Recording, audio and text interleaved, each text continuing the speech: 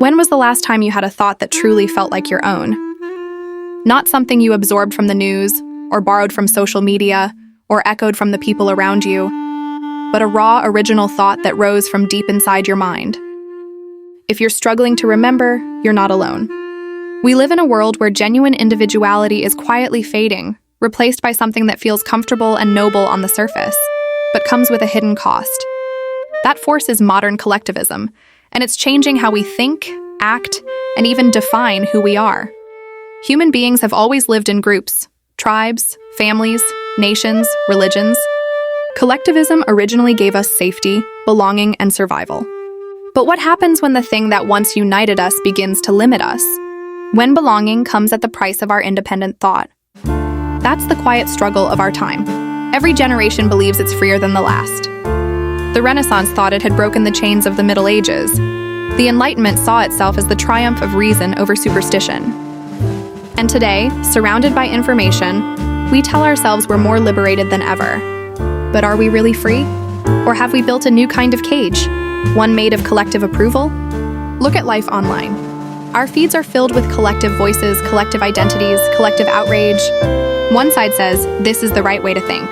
Another says, no, this is the truth.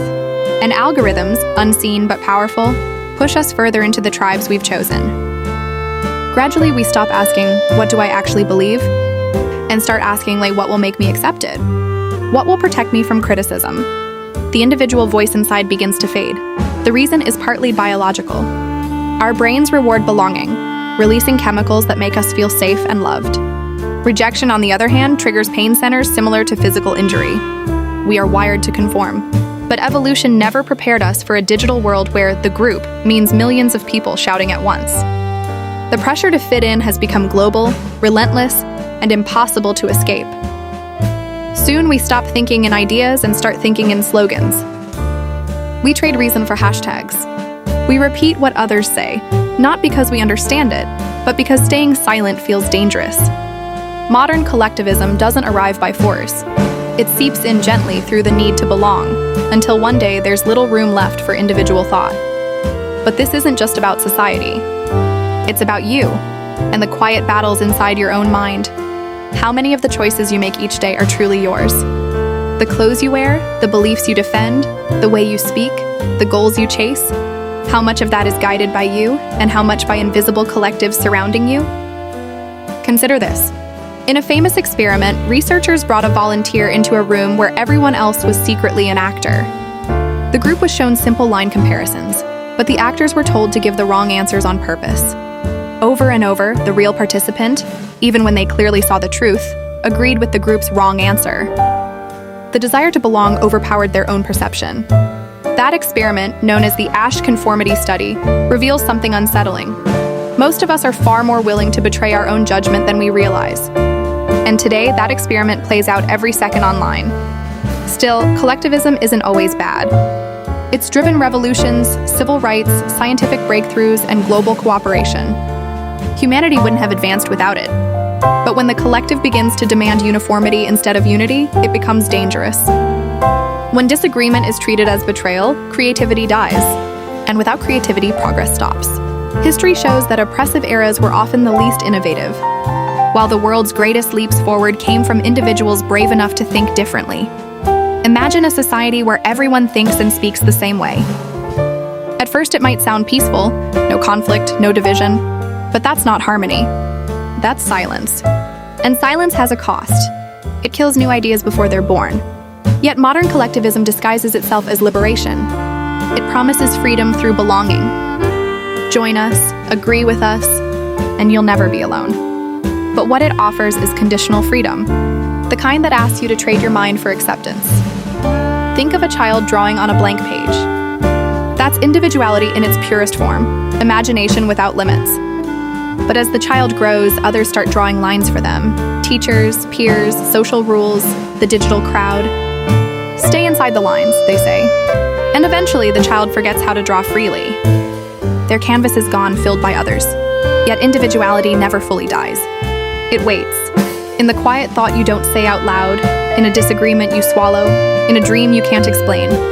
That's your true self, whispering beneath the noise, asking for space. The question is, will you listen? To reclaim your mind doesn't mean rejecting everyone around you or becoming contrarian for its own sake. It means pausing to ask, do I really believe this, or am I just repeating what others say? That simple question, asked often enough, can guide you back to yourself. Individuality isn't the easy path. The crowd rewards conformity with instant applause, while individuality meets you with silence first. But silence is where originality is born.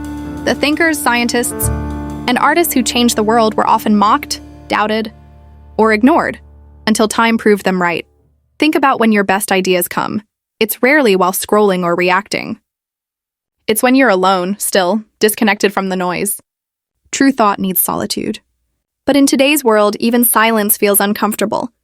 We fill every quiet space with distraction and lose the room our minds need to create.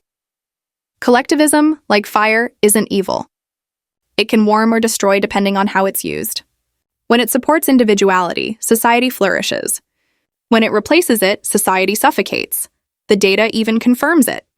People are self-censoring online more than ever, not because their views changed, but because they fear backlash.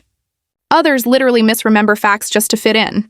The collective isn't just shaping opinions, it's reshaping memory and reality itself. But there's hope.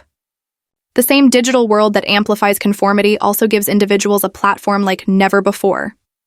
One unique voice can reach millions. The crowd may be loud, but the individual can still cut through it, if they choose to speak. And once we rediscover our individuality, the goal isn't to hoard it. It's to contribute it, to bring it into the collective, not as an echo, but as a spark. Because humanity needs both the strength of the group and the direction of the individual. Picture a choir of 1,000 voices all singing one note. Powerful, but flat. Then a single violin begins a new melody, cutting through the sameness. The song suddenly becomes alive. That violin doesn't destroy the choir, it completes it. That's what individuality within collectivism looks like. The death of individual thought doesn't come when the crowd grows loud. It comes when we start believing our voice doesn't matter. But it does. Every revolution, invention, and movement began with one person who dared to think differently. So tonight, when the noise fades, ask yourself one question. What's one thought that's truly mine? Write it down. Protect it. That's your voice, your spark in the world's endless echo, because the world doesn't need more copies. It needs originals. It needs you.